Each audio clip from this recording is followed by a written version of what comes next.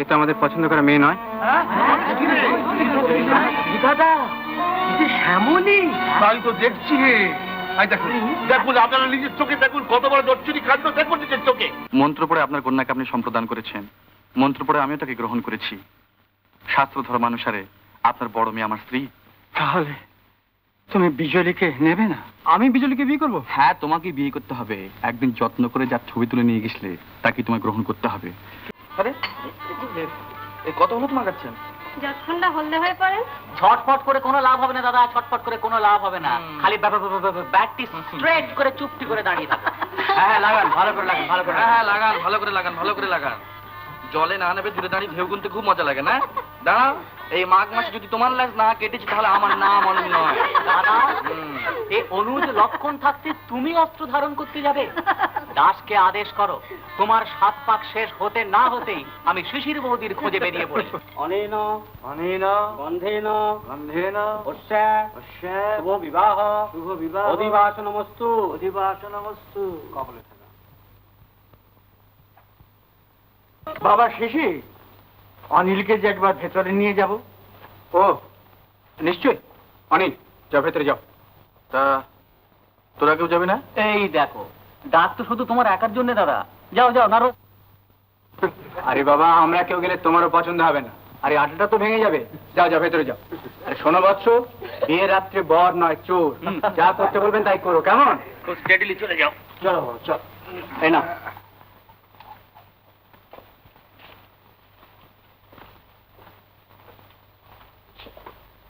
বাস, এইবার আমাদের জমাটি আসা শুরু করো। হ্যাঁ অনুপম, গাও গান ধরো। বন্দা, গাইতে যদি হয় বাবু, একটা বেশ জমাটি কিছু ধরো। প্যাক প্যাক করো না শুধু। চলো না হে চন্ডী, কতক্ষণ অপেক্ষা করবে? দাঁড়িয়ে দাঁড়িয়ে পা যে কুলটি বরফ হয়ে গেল। রাত 10টাও বাজে। আর একটু দাঁড়াও না, লগ্ন তো রাত্রি 2টোয়। বরযাত্রীরা খুব জোর মাইফেল চালিয়েছে, এখানে দাঁড়িয়ে থেকে কি হবে? চলো না শুনি কি? শুনবে? হ্যাঁ শুনবে। মাইফেল তো সারা রাত্রি হবে।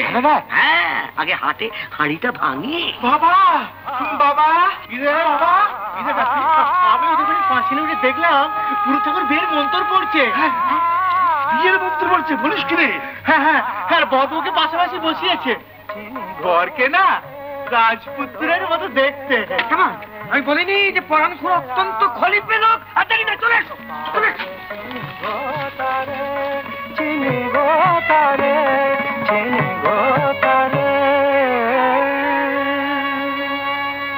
অনুপম খুব মজগুল হয়ে মাইফেল করছে, এদিকে যে পকেট মার হয়ে গেল। তার মানে? তার মানে মেয়ের বাপ বড় মেয়ে হাবাকালা বলে তাকে অদত্তা রেখে ছোট মেয়ের বিয়ে দিচ্ছেন। কাজী সমাজটাকে একঘরে করেছে, সে কথা আপনাদের না জানিয়ে ছেলেটিকে নিয়ে গিয়ে চুপি চুপি কাজ ছেড়ে দিলেন। সে কি, আমরা জানলাম না বিয়ে হয়ে গেল? আরে আপনারা জানলে তো বিয়ে হতোই না। হ্যাঁ, এ কখনো হতে পারে না। চলো তো সুচিদ্দা, চল তো। কন্যাই নম, এতে গন্ধ পুষ্পে নারায়ণায় নম, এতে গন্ধ পুষ্পে প্রজাপতায় নম। এ তো বিয়ের সময় তো বরযাত্রীরা সব উপস্থিত থাকবে, আপনি তাদের কাউকে না জানি বিয়ে দিয়ে ফেলছেন, তাহলে আমরা এলুম কি করতে? আরে কোন দেশে বিয়ে হলো? ক্রিয়াচার কখন হলো? শুভদৃষ্টি বা কখন হলো? আহা, সম্প্রদানের সময় যে শুভদৃষ্টি, সেইটি তো আসল শুভদৃষ্টি। থামুন আপনি, এ কি বিয়ে হচ্ছে না বলির মন্ত্রপাঠ হচ্ছে? ছি শিশির, এ তুমি অনিলের জন্য কোথায় কোণে দেখতে এসেছিলে? বলে ও পুরুত মশাই, আপনার সম্প্রদানের কাজ তো শেষ হলো, এবার আমরা নিজেরা দাঁড়িয়ে থেকে শুভ দৃষ্টি আর মালা বদল করাবো। বাবা বাবা, এ তো বিজলি নয়।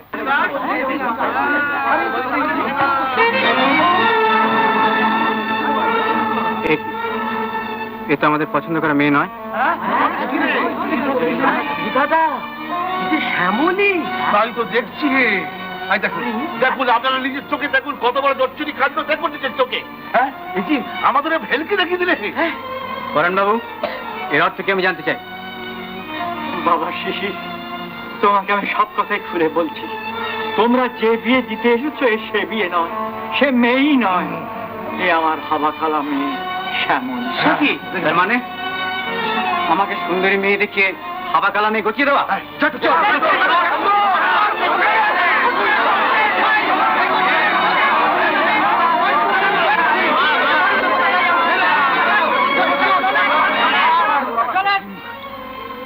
শান্ত হও বাবা শতক। চোর জোচ্চোর বাটপার যা ইচ্ছে তোমরা বলো, আমি মাথা পেতে নেব। তাই এই অভাগা জীবটাকে গোটাকত মন্তর পড়িয়ে ওর আইবুড়ো নাম খণ্ডে দিচ্ছি। এরপর আপনারা যে মেয়ে পছন্দ করেছেন সেই বিজলির সঙ্গে অনিল বাবাজির এই পরের লগ্নে আমি আসল বিয়ে দেব। কখনই না, পৃথিবীতে হতে পারে না। অনিলের ফের যে কিছুটি আমরা জানতে পারি আগে ভুল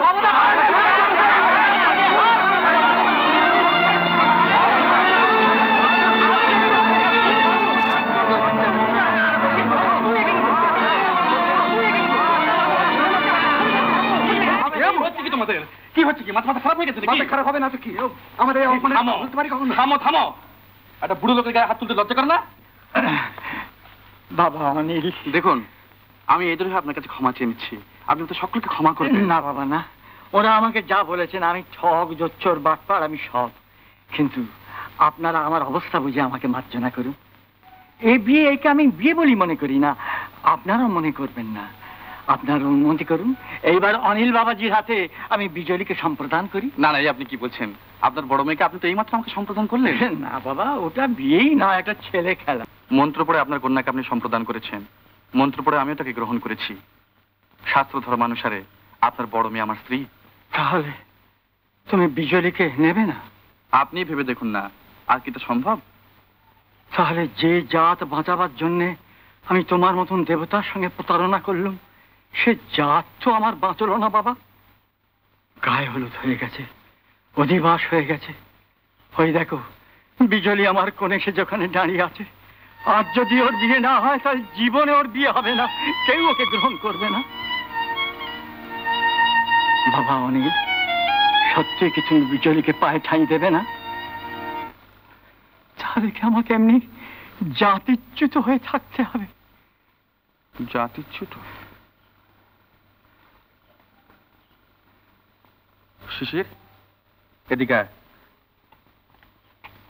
দেখুন, এই শিশির আমার বাল্যবন্ধু, MA পাস, উচ্চ বংশ। আপনি এরাতে বিজলীকে সম্প্রদান করুন।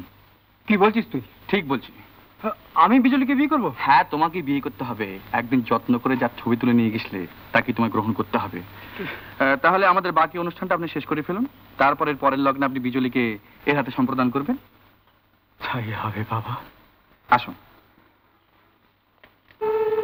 বলছিলাম কি যে কালকে সকালের গাড়িতেই তুই বরযাত্রীদের নিয়ে চলে যা, কারণ হঠাৎ খবরটা শুনলে মা হয়তো খুব আঘাত পাবেন। তুই বরং একটু আগে গিয়ে তাকে আস্তে আস্তে বুঝিয়ে বল ব্যাপারটা। ভাবছি কি করতে এসে কি হয়ে গেল। যা হয়ে গেল তা নিয়ে ভেবেতে কোনো লাভ নেই। যা করতে হবে তার জন্য তৈরি হতে হবে। উত্তম কুমারের সেরা সিনেমা দেখতে হলে ডাউনলোড করুন ক্লিক অ্যাপ।